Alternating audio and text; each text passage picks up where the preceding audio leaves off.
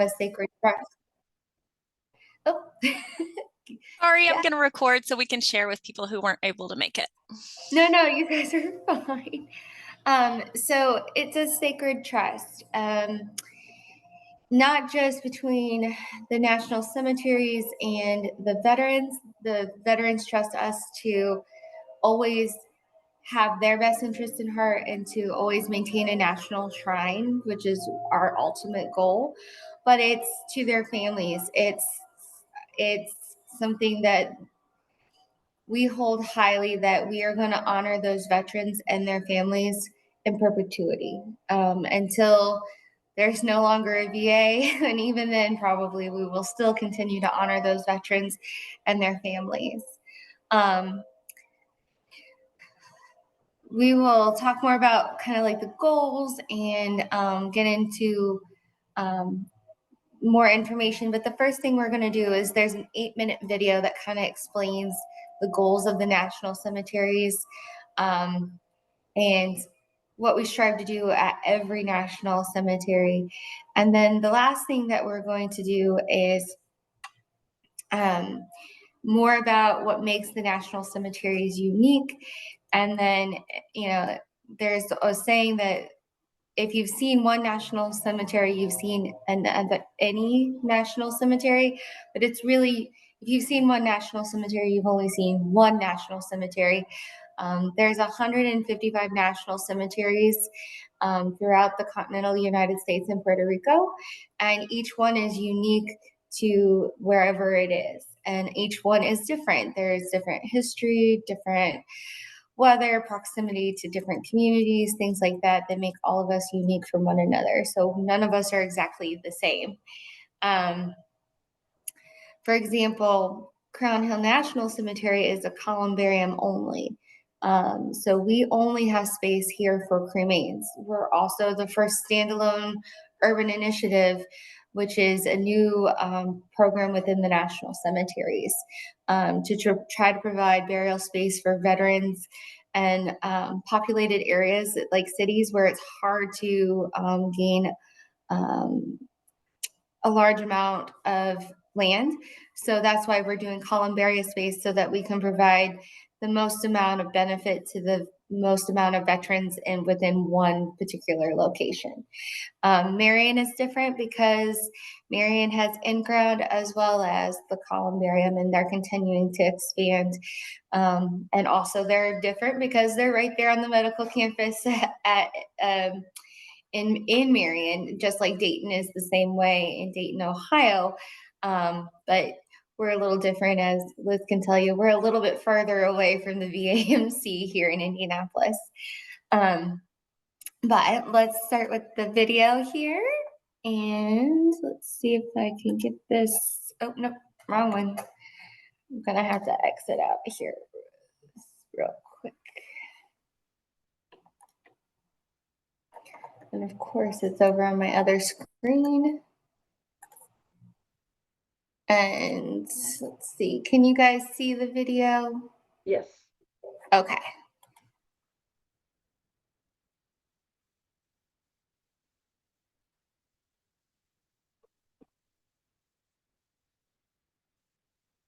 There's no sound on our end, just FYI.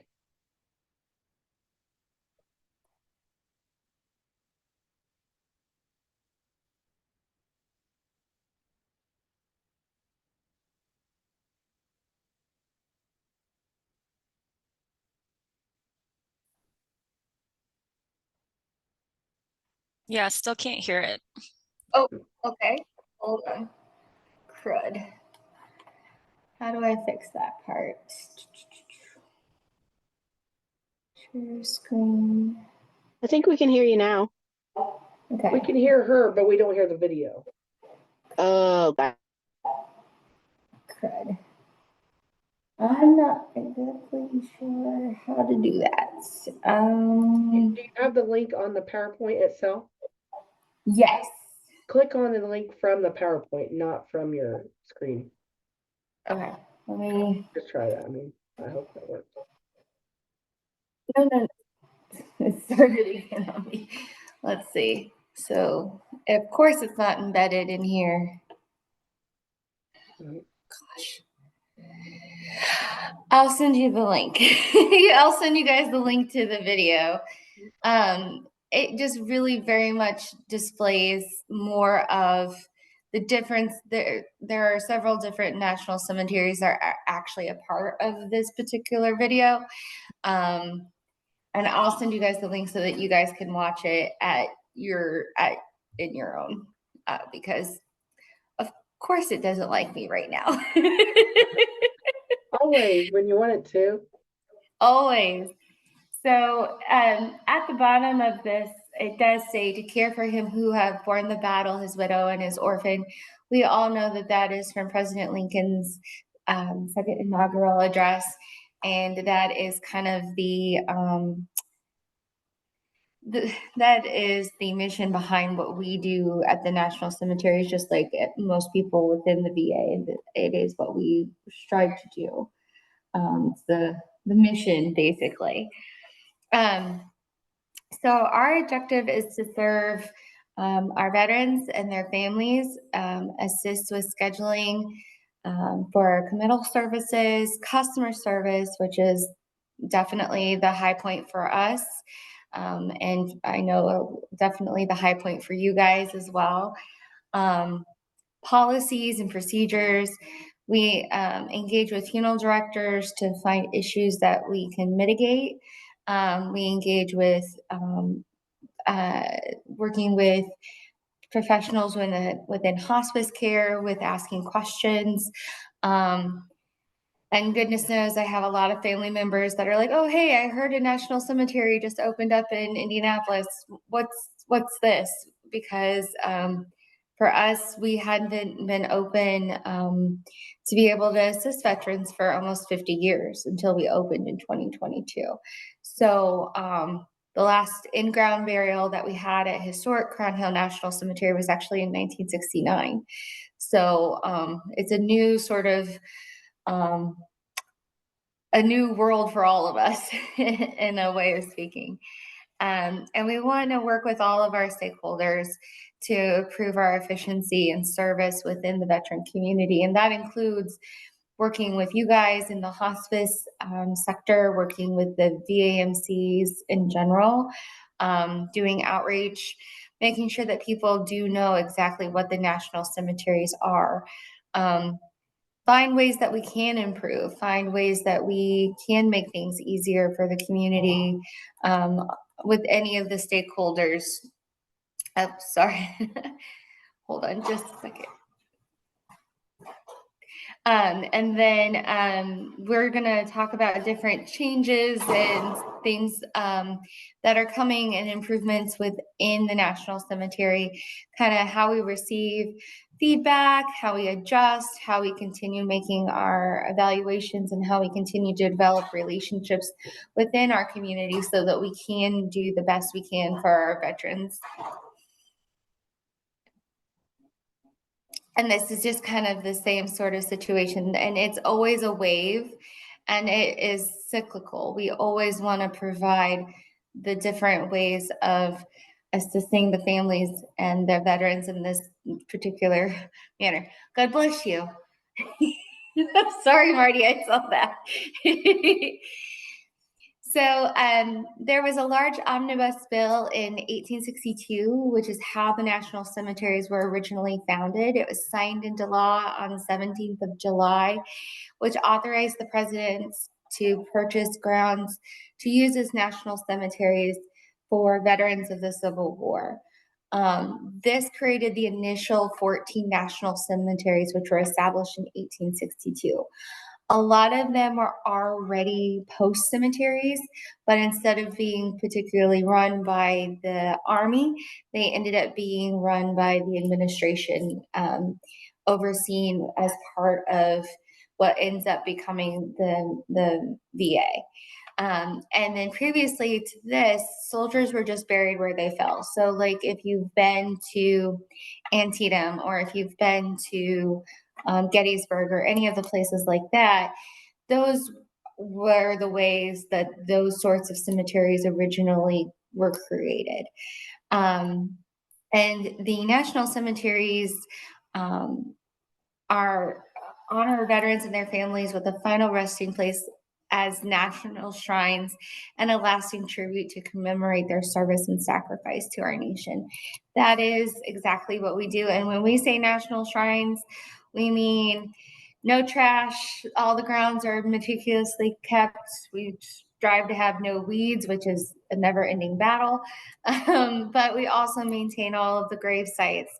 If a headstone or a niche cover breaks or something happens to it, we replace it. It's something that we want to have be a beautiful commemoration to the veteran as well as their family, especially if everyone is here, and we want to continue to have generations of their family to come and remember them.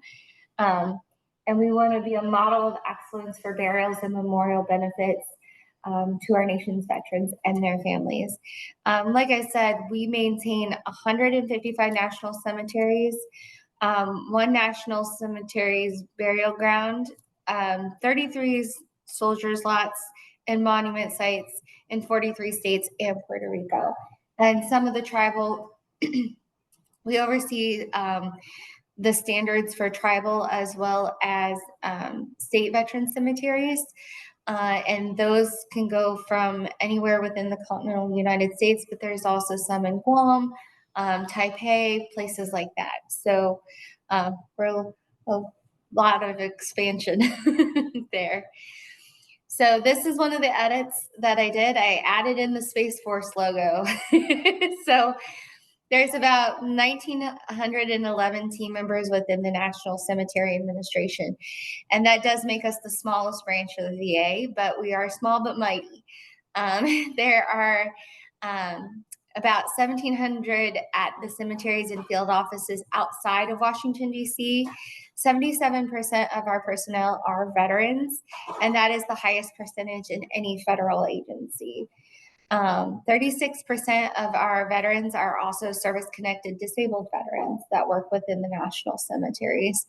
And 10% of our veterans that work with us are female veterans, which is really kind of cool. I will say that here at Crown Hill National Cemetery, just based off of the veterans that we do have and earned here. I have a Korean female war veteran who is in earned here on her own right, and she is the first conflict or the furthest back conflict for a female veteran here on site. And she is actually in there next to her son, who is a Vietnam veteran. So it's actually quite a legacy. The motto of the National Cemetery is to ensure that no veteran ever dies. And now I sound like I've got the frog in my throat. Sorry about that. So this part of this is the Veterans Legacy Memorial Program. It's a very, very cool program.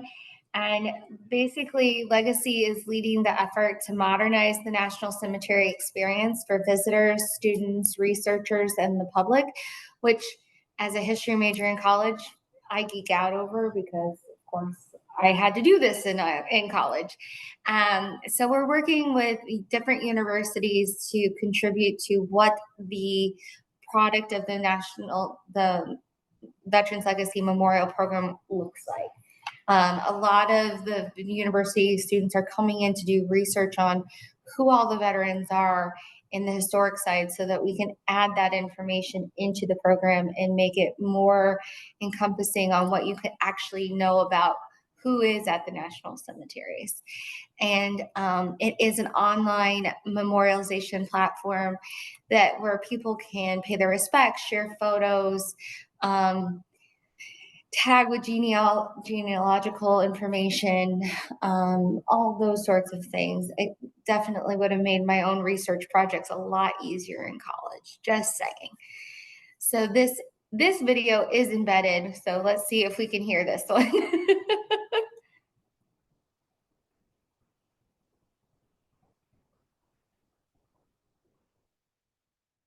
Can you hear it? No, of course not.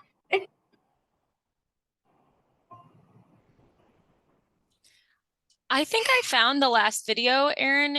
If it still makes sense to share it, I can try to. Yeah, go right ahead. I'll stop sharing so you can share that. Because for some Hopefully. reason it doesn't like me. Oh, it says multiple people can share, but I can stop to pause share. Oh, let me see. Okay, let's see. Can you all see my screen? Nope. Not yet. I see legacy at Florida Yes. There, I National. see it. You see it? Oh, I saw it HP. Erin's gonna have to stop sharing. Oh, okay. Let's see. How do I do And that? then Oops. That I clicked on the wrong one. Good gracious. I am just all the fun today. How do I do that? I got you. Okay, cool. Thank you. There you go. Can y'all see my screen? I can see it. Mm-hmm. Can you hear it? No. Mm-mm. No? No. Oh, that's so weird. If anyone has any tips on sharing the audio, please speak up. That's so weird. Okay, well.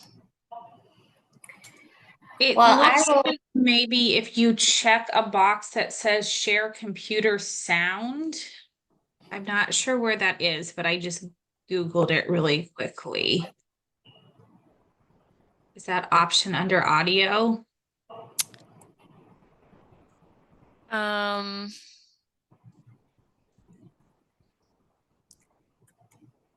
Switch to phone, leave computer audio.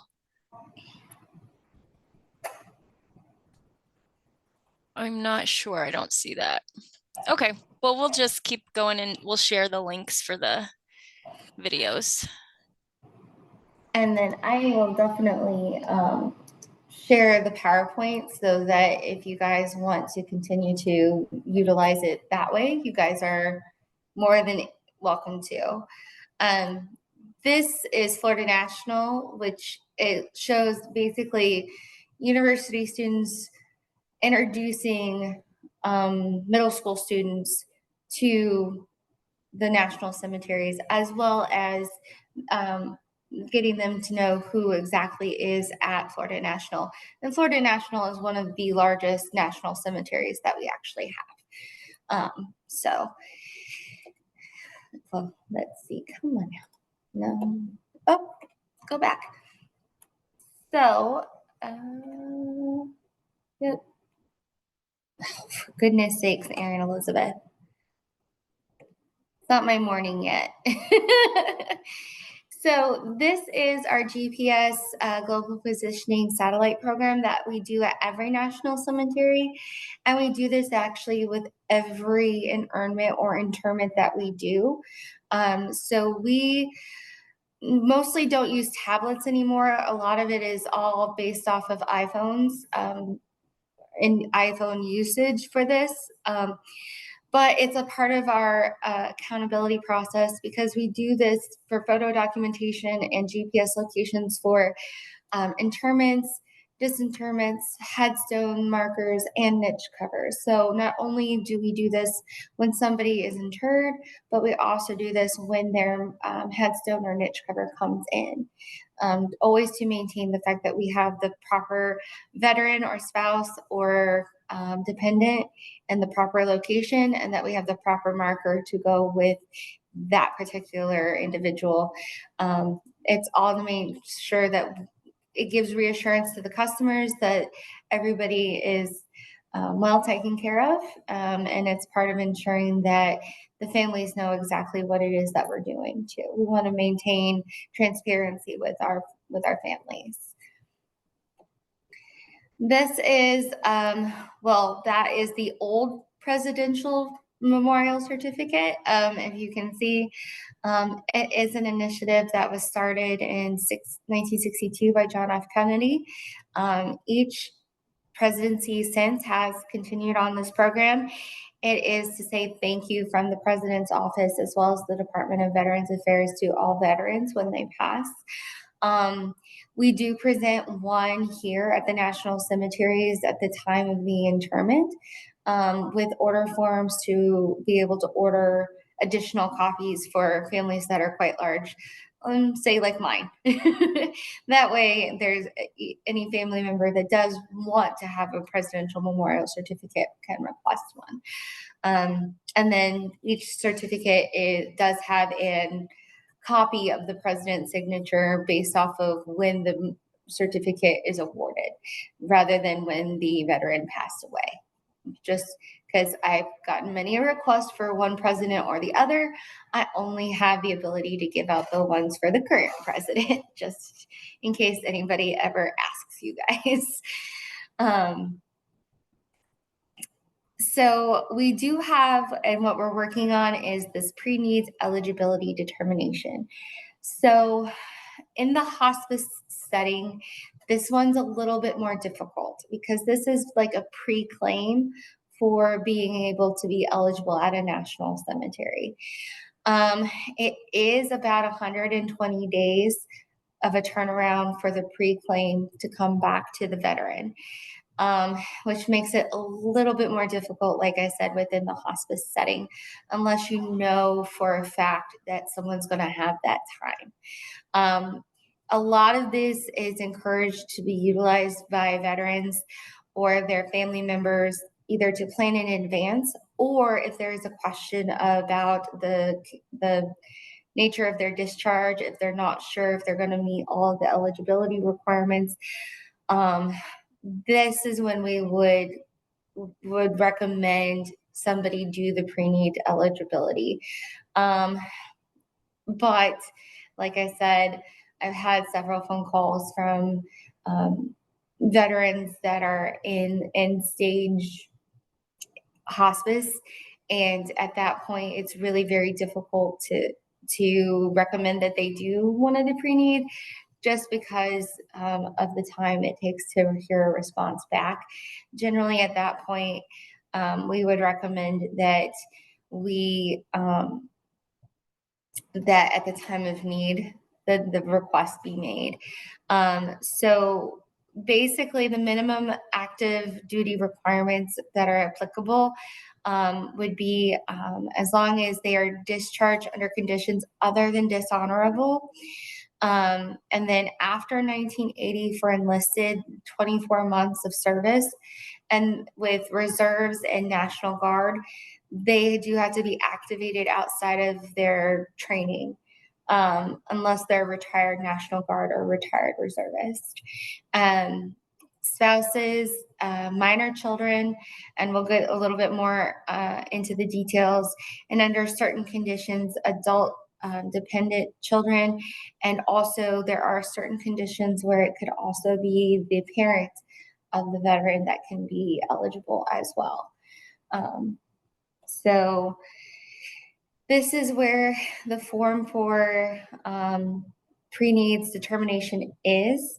You can find them, and then you can submit them online through the VA website, especially if someone has My Healthy Vet or VetNet account, or they can be mailed or faxed to our national scheduling office. And then this is kind of what the form looks like. The top two sections are always going to be the veterans information. And then the bottom section is actually different. It can be the veteran, their spouse, the dependent. It just varies on who's requesting. Although I do always have to giggle. There are questions on, are they deceased? And then the answers are yes, no, or don't know. I always have to go, but we understand that families can be estranged from one another, but that doesn't mean that people don't qualify under that. So there is VA burial allowances, as you guys do know. It's a flat monetary benefit to help cover some of the burial and funeral costs. In terms of the national cemeteries, it would be preparation for burial. And then for there are plot allowances and other things like that if people choose to utilize a private cemetery. So as you guys can see, there's the link to the form as well as the phone number to the benefits administration if there are any questions. And then there are the differences between service-connected passings prior to September 11th of 2001, and then after September 11th of 2001. And then, of course, there is some reimbursement depending on the situation of the passing for service-connected for transportation of the veterans' remains for preparations. And then for non-service connected passings, the difference comes between on or after the two, October 1st, 2021. And then, so there is the Dignified Burial Act, and this is for any individual that pays for a casket or an urn to inter an unclaimed veteran at a VA National Cemetery that died on or after January 10th, 2014, and was returned on or after May 13th of 2015. It basically does a reimbursement payable to the calendar year for whoever has taken on that cost for the, and I hate saying unclaimed veteran, but it does happen, and we do want to be able to reimburse. 9 times out of 10, this is going to be a funeral home specifically, but I do know with the social work programs within the VA that sometimes it is the social work programs that help furnish the urns or the caskets for the veterans that where we're their family, basically. That's how I like to say it. And then so this is just more about the Dignified Burial Act, kind of who can apply, what the stipulations are, what the form is. And that does come to us here within the national cemeteries.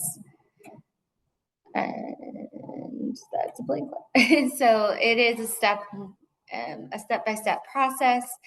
Determine if and identify unclaimed decedent is a veteran eligible for burial at a national cemetery. Arrange for them to be at a national cemetery, which goes through our national scheduling office. And then you can apply for the burial benefit associated with the burial of an unclaimed veteran. And then where those go and what benefits would be allowable to the person that is applying for those particular benefits for our unclaimed veterans.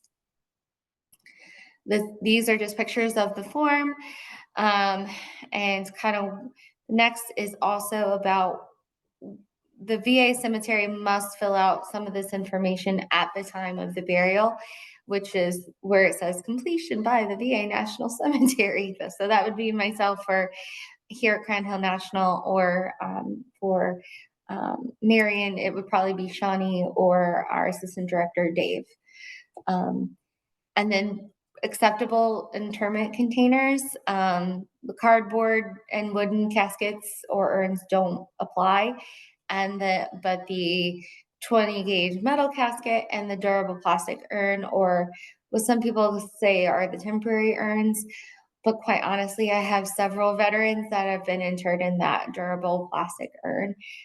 It's not going anywhere, especially within a niche. So, because it is a concrete niche. So this is kind of the eligibility portion for you guys. Member of the Armed Forces of the United States who dies in active duty. Any veteran who was discharged under qualifying conditions, which is under dishonorable with 24 months of active duty that is not for training, after 1980 for enlisted, and for the, as you can see, and for after October of 81 for those that are officers. And then also National Guard members and reservists with 20 years of qualifying service who are entitled to retirement pay. Those are all different qualifying things for our veterans. United States merchant mariners with seagoing service during the period of World War II also qualify, because that is a slightly different category that it was actually part of the Navy during World War II. But though they also qualify. And then in March 17th of 2022, President Biden signed the Consolidated Appropriations Act of 2022, which gives states the option to intern National Guard and reservist members of the armed forces at the state veteran cemeteries. It does not apply to national cemeteries, but it does apply to here within Indiana, the Indiana State National Cemetery for Veterans, which is in Madison, Indiana.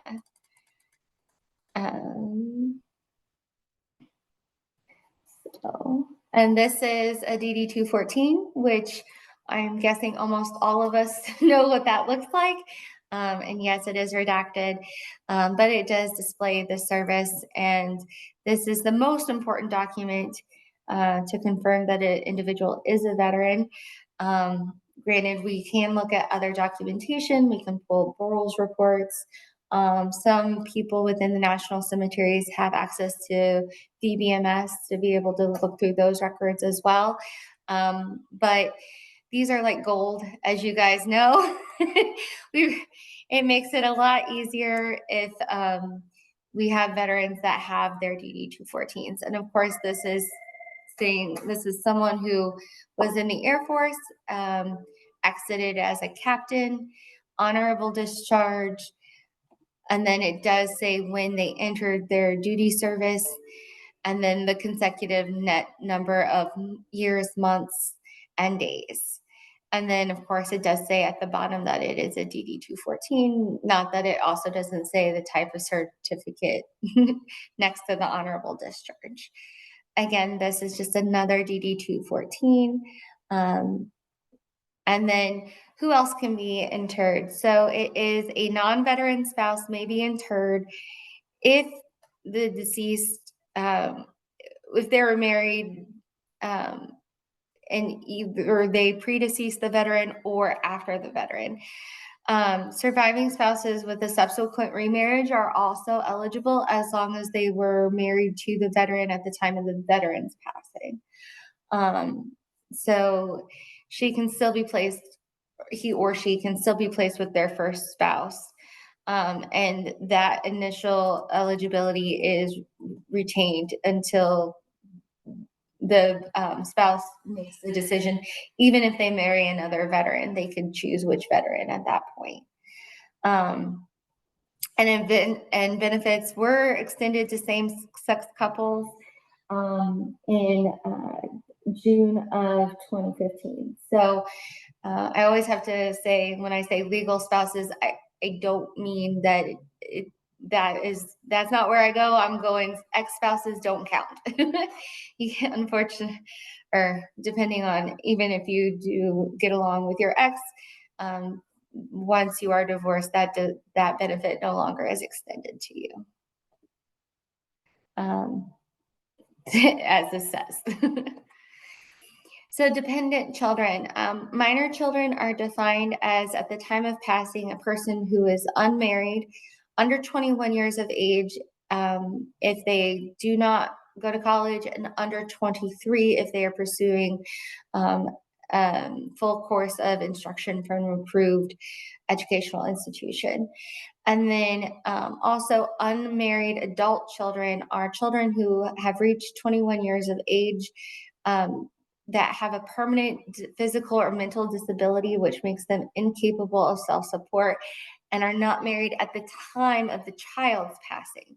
So it used to be that they had to remain unmarried completely.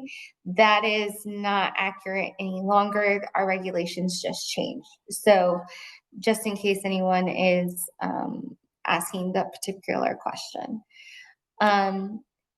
This is the example with the Corey Shea Act, where it can be a parent of a veteran who died.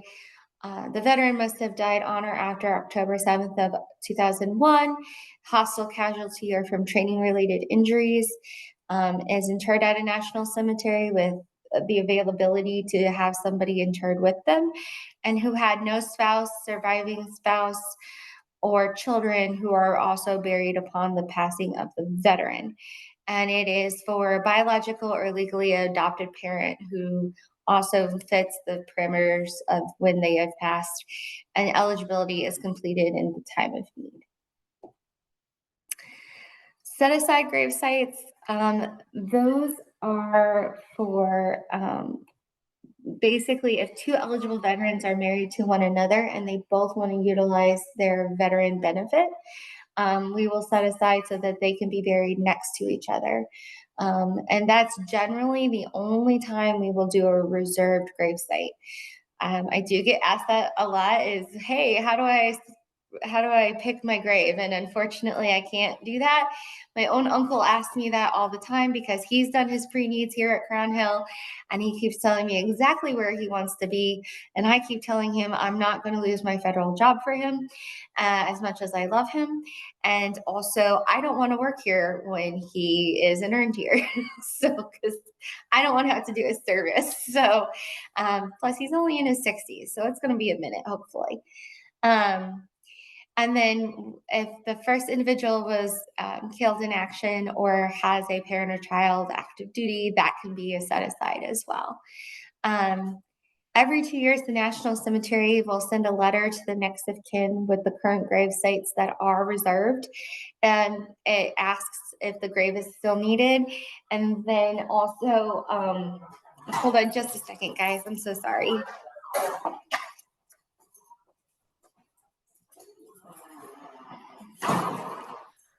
I'll just chime in while she stepped away. I just dropped in the chat the link where you can go online and request a veteran's DD 214 or military discharge paperwork. Sometimes they have a different name depending on when they served. So I know if you can't do the pre-need application, but a proactive step that hospices could take is making sure when you enroll a veteran in hospice, make sure if they don't have their DD 214, that they go ahead and request one. NARA is your friend. And it's easier for the veteran to request their own records than it is for the next of kin, because you've got to jump through a lot more hoops when it's the next of kin. Just FYI. And also, draft boards in local counties will generally have copies of those that were drafted from the county, especially if it comes to World War II or Korean War DD 214s, because we know that a lot of the original records were lost when there was the fire at the National Archives in the 70s.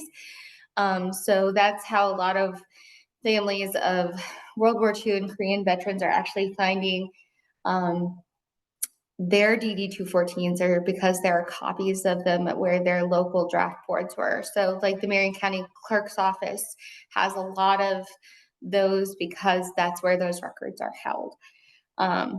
Again, easier if it's the veteran requesting it, but the next of kin, it can be done too. So just FYI, handy little tip that I learned when I was in college. My mom gave me that tip because we had to do that for my grandpa, because we didn't have his World War II DD 214 because he was a 20-something-year-old kid when he was exited in 46, and he didn't think to hold on to it. So, and I do have three 100-year-old World War II veterans actually interned out here. So it's there are still some of those from the greatest generation. So this is the information for our national scheduling office. It is open 7 days a week from 7 a.m. to 6:30 p.m. Central Standard Time. The only days that it is closed are the 3 days that are listed there below. And then we conduct interments Monday through Friday. Each national cemetery is slightly different in their schedule. Here at Crown Hill National Cemetery, it's 10, 11, 1, and 2 for our interments. And we do have limited availability on federal holidays. Generally speaking, it's 3 services are available. And the first time someone asks for that, they go into the earliest slot until it is full for the day. So for us, the next available time for that would be Juneteenth, which is the 19th of June. And I don't know if I have any burials scheduled that day yet or not, but it is an option. And some families do like to utilize that because a lot of people are off on the federal holidays. Memorial Day is definitely a day we don't do interments because we do a Memorial Day ceremony here and almost at every national cemetery. So we have alternate days that we allow for that. So this is kind of the process when somebody speaks to the National Scheduling Office. I actually did just do this with a veteran himself. He's in his 80s and he was having a hard time understanding what they were asking him. So I sat down here with him in my office, and they do ask for the social security number, if it's a first or subsequent burial, what the cemetery of choice is. They do want the contact information for whoever is calling. So if you're assisting a family with this, they will generally ask the next of kin or whoever's contacting them, the main point person. Next of kin for us is a little bit different. It's almost like we're actually changing the name of it to designated personal representative. It's because we don't consider it the legal term of next of kin. It can be whoever the veteran so chooses to handle these arrangements for them. And we do ask for the zip code of the decedent at the time of their passing. Generally speaking, even if they are in hospice, it's what would be their home address. And we just ask if they reside within 75 miles of their requested cemetery. The county at the time of passing, the type of burial, whether it's an urn or a casket, the marital status, if there's a surviving spouse, any disabled children. And they do apologize for 16 before they ask the questions, but they do ask if the decedent was ever convicted of a capital crime or of a tier 3 sexual offense, because those are 2 additional caveats that would exclude someone from eligibility at a national cemetery. But like I said, they do ask and they apologize before asking. Most families are okay and some are like, what are you talking about?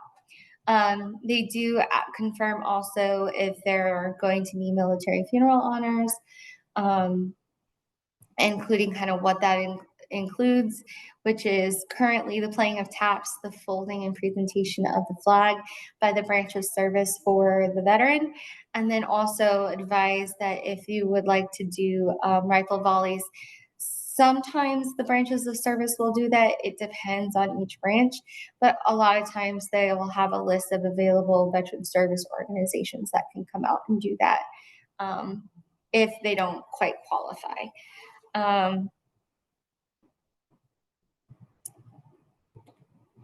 And it's important to arrive at your scheduled time, which the families generally do know that. These are just numbers to help for calling for honors in case you guys are assisting any of the families and making those kind of preparations. Those are the national phone numbers. Each cemetery does have their local contact. So for here in Indianapolis, we contact Scott Air Force Base for Air Force and Space Force honors. Fort Knox runs things for the Army, so on and so forth. And so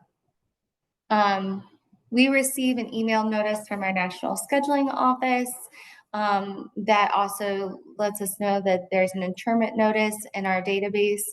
We do research, we talk to our funeral directors, our next of kin or our designated personnel representatives, making sure that we have all the proper information and making sure that any medals of valor, anything like that, we confirm all of that information. We kind of do a deep dive into our families as well, and make sure that we have all of that correct. And then on the days before the service, we prepare our burial tags and packets and information, which includes what's going to be on your niche cover or your headstone, as well as options for additional inscription and so on. And then the day of the service, we're here, or if you come here to Crown Hill National Cemetery, it's going to be me or someone filling in for me. But we're with our families the entire process of the committal service all the way up into the veteran is laid to rest. And then we have an interment day. On the interment day, we do understand or request that our families arrive about a half hour to 15 minutes prior to the service so that we can go over information with them. And it's also to ensure that we do start at the time that's allotted, mostly partially because of the branches of service that we're working with. They also have other services to get to. So we want to make sure that we can get them to where they also need to go. They generally, funeral homes will request or provide a flag. If not, we help assist the families with getting one from the post office prior to our services, because anyone who wants to have the honors, we want to make sure that that is happened. So we will speak, verify all this information with the families. We try to make it as soft as possible, but we do, the date of birth, the date of passing, verifying their information, discuss the monument formatting and what can be added, including the emblem of belief and additional inscription, and answer any questions that families do have. But we know that a lot of us, if we're not a veteran, a lot of us are from veteran families. And so we want to treat these families just like they are our own. And then please be advised, cremation containers and caskets cannot be opened on the National Cemetery grounds. That's something we do allow for divided cremains here at the National Cemeteries. So we don't ever let the funeral homes ever tell your families that they have to all be there, because that's not true. But it has to be that they're divided prior to coming to the National Cemeteries, just so that you guys are aware. Military honors, committal services are no longer than 30 minutes. We prepare the shelter for the next family coming, so that's why we do have the allotted 30-minute times.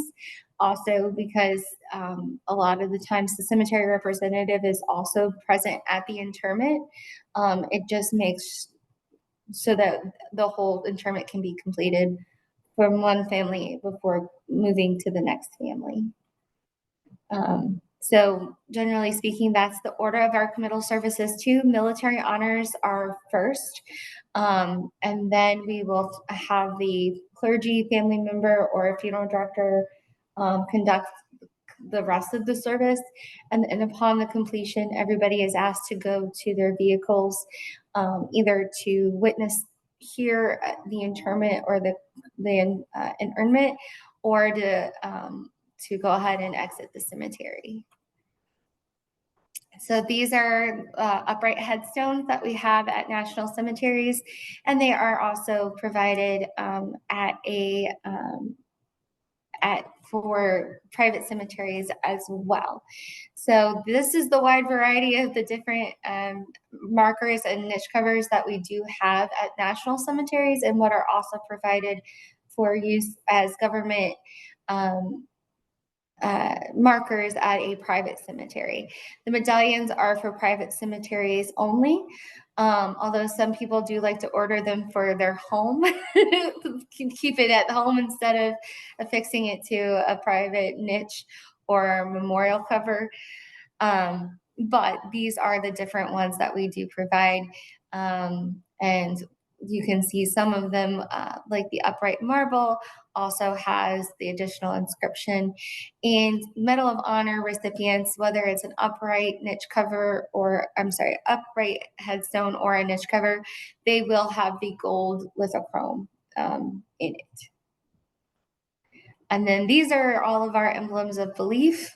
And one that's not pictured is there is a symbol for the Muslim faith as well. So this is something that can be selected to go on those covers. This is information about our additional inscription. For here at it's 13 spaces for the first line, or if you have 2 lines. And then if you get down to our 10th line of inscription, that's our last one, it has to fit between rosettes. We only have 9 characters on that last line, if that is something that happens. And the phone number on there is actually for Marion National Cemetery, but you guys will all have my contact information here. People can witness the internments, just so that you know. We always just ask that everyone maintain a respectful distance when they do come out to witness. It's for their safety more than anything. And then we do have direct internments where there's no committal service or interments. Basically, if people have already done all the military honors, had a funeral service, and then just want the burial to take place here, families are more than welcome to do that. That's their decision. And they can witness the interment or the internment when they do come out here. This goes into the disinterment process. I don't think you guys really need to know much about that. It is a heck of a process, and a funeral director must be involved in that, and it has to go all the way up into our district office to be approved. But customer satisfaction, we've been in the high 90s since the early 2000s, and we like to maintain that. And we pride ourselves on having good customer service for our veterans and their families. We want to listen to them. We want to be able to provide for them exactly what they're expecting. So, and we do send out the surveys, participate in this process just like you guys do every year. So, and these surveys go not only to our families, but also to funeral directors and other customers that we work with. As you guys can see, so far we have 100% participation from all of our funeral homes and partners that we work with. So thank you guys for what you do with our hospice, with our veterans. You guys fulfill a huge role. I know that it's not easy on you guys, just like it's not easy on us dealing with basically grieving families. You guys get the pre-grieving, and we here at the National Cemetery strive to help during the post passing. But it works really well to work together, and thank you guys for helping provide services for our veterans. I, as a veteran family member, greatly appreciate it. Because we've utilized your services before. Does anybody have any questions about us at the NCA?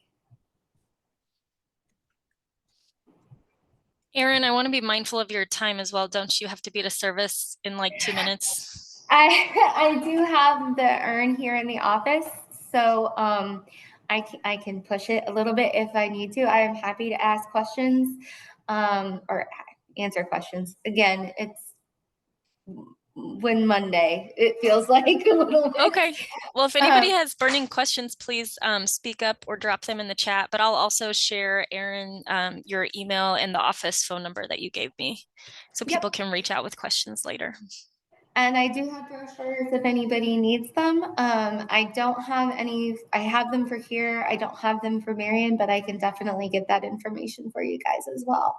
And I have some for Marion as well. Yay. Okay. So if people want Crown Hill brochures, they can reach out to Erin. If they want Marion, they can reach out to Marty.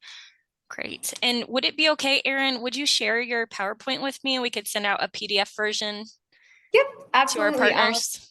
I will email that to you, and then I will get that to you here in just a few minutes.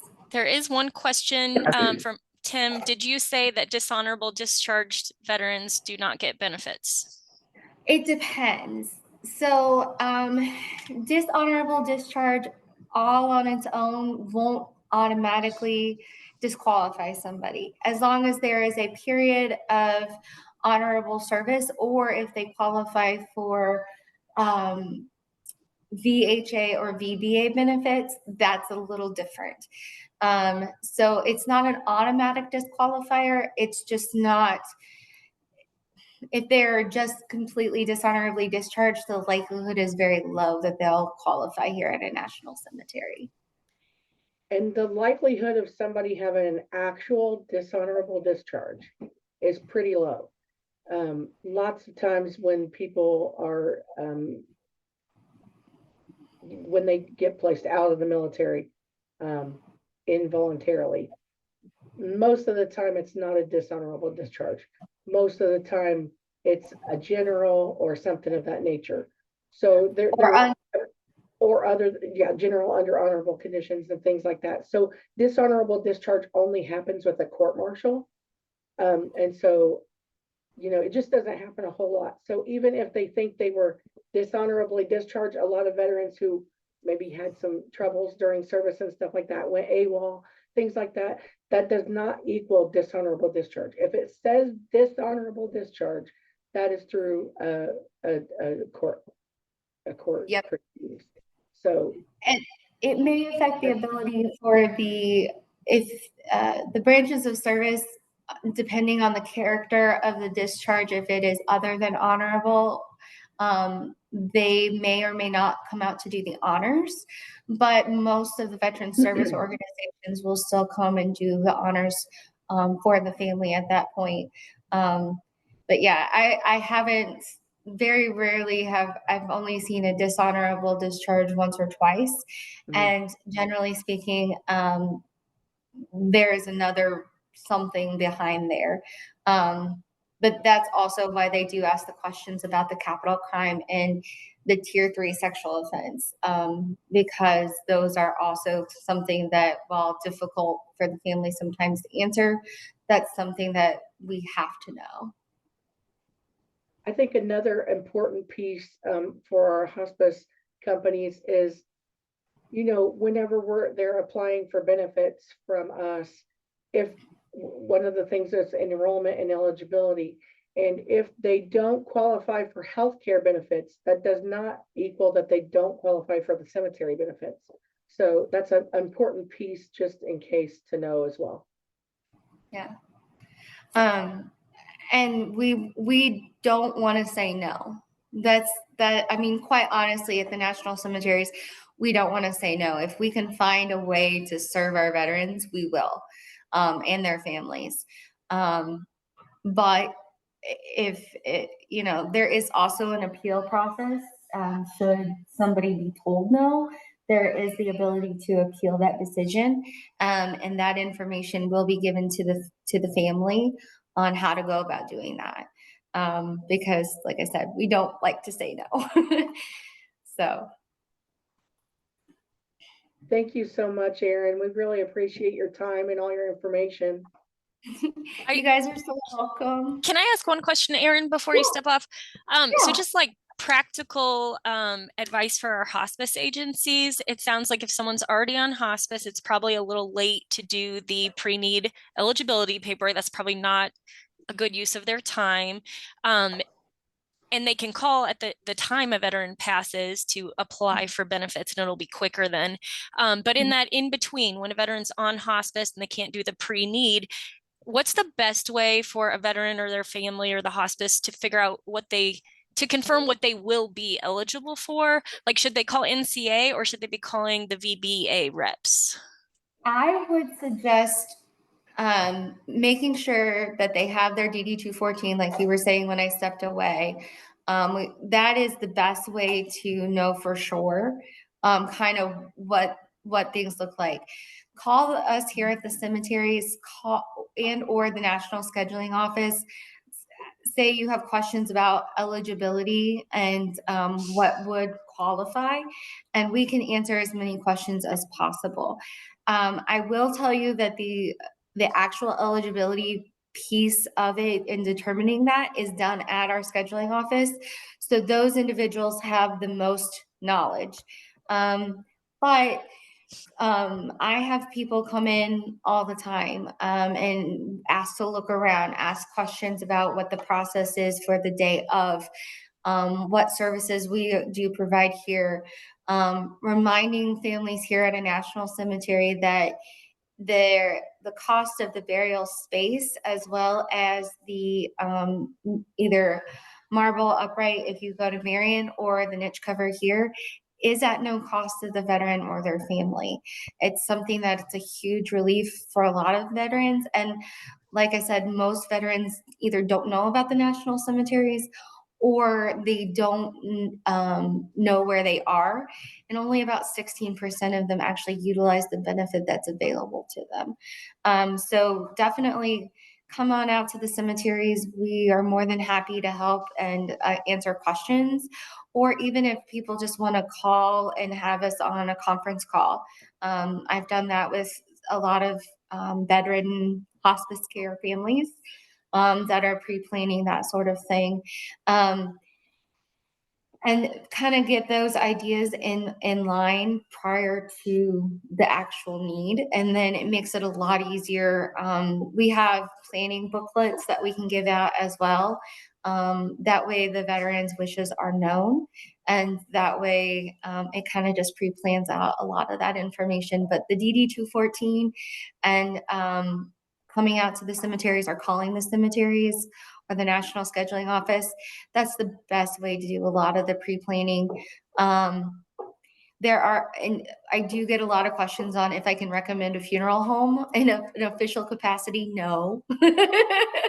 But I've worked with quite a bit of them here in the Central Indiana community, and everybody's been really very good at making sure that we honor all of our families and their wishes. And also reminding veterans that it's not just for them and their benefit, but for their families as well, especially their spouses. Or I do have 2 minor children that are actually out here with their veteran parents. So both 19, unfortunately. But yeah, it's making sure that they know that this is an option. And then if they want to see, we're completely open.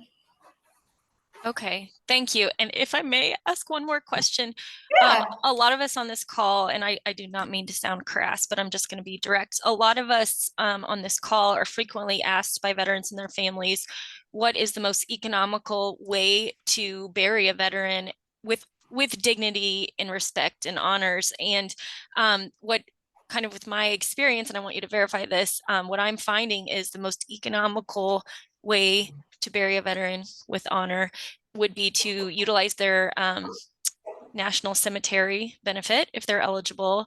Cremation is usually the most cost effective.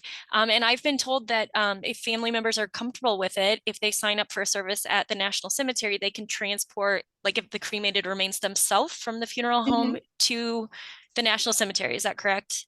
That is correct. Okay. And at the national cemeteries for us, we do not require a funeral director to be present for cremated remains. So that does save that cost as well. Funeral homes hate that I give that information out, but it is the truth, because at the national cemeteries, we consider the final dispensation the time of the cremation being completed, and families pick up urns all the time and do with them what they're going to do, either take them home or take them wherever they're going to be, and the funeral directors sign off at that point. So yes, I will confirm that that tends to be the most economical. And then I have worked with the Indiana Crematory Society as well as the Neptune Society. Those tend to be more low cost in terms of the cremations. And then if they do qualify for the burial allowances, that will cover a lot of the cost of the preparation with the cremation. So yes, Okay. that is the most economical way to do it with dignity. And there's not so much of a stigma I'm finding anymore with cremations. When my father was cremated in the mid-90s, my grandmother threw a fit because that's just not what you do. That's just, no, terrible. It is honestly the most economical way to do it. And it's a lot of dignity. And like I said, a lot of times I do have that black plastic urn. I know a lot of people go, that's not an urn, it's just a box. It is an urn, and it is something that is provided as part of the cremation process. So if families want to purchase a different urn, they can. But I always tell them to look on Amazon or eBay, but make sure it's a standard size.